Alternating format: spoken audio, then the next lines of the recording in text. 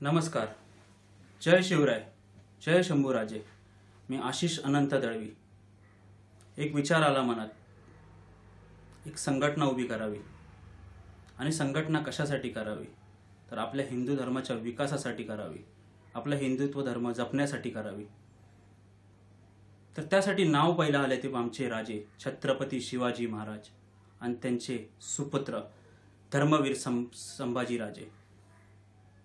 तर ह्या दोघांचं नाव मिळून आम्ही जर विचार केला, शिवशंभो सेना नाव तर अतिउत्तम आहे.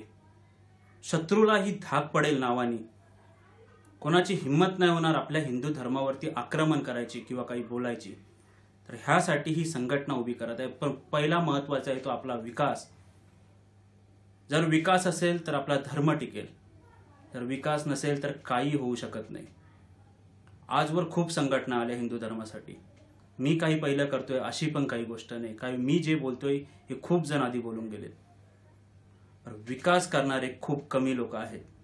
आपण विकास करण्यासाठी आपण एकत्र यावं, आपला धर्म रक्षणासाठी आपण एकत्र यावं.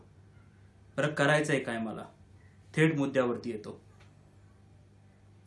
स्त्री ही कुठल्याही जातीची नसते, ही सर्वांनी मान्य केली पाहिजे.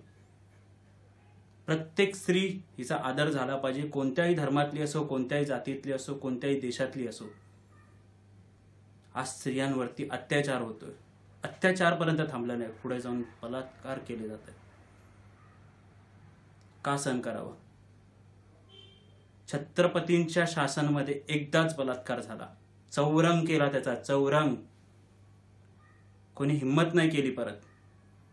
आज आपला देश स्वतंत्र झाला, किती बलात्कार झाले? का नाही थांबत आहे? हिंमत कशी होते? कारण ह्यांच्याकडे कायदे नाही आहेत. एकदा चौरंग करू.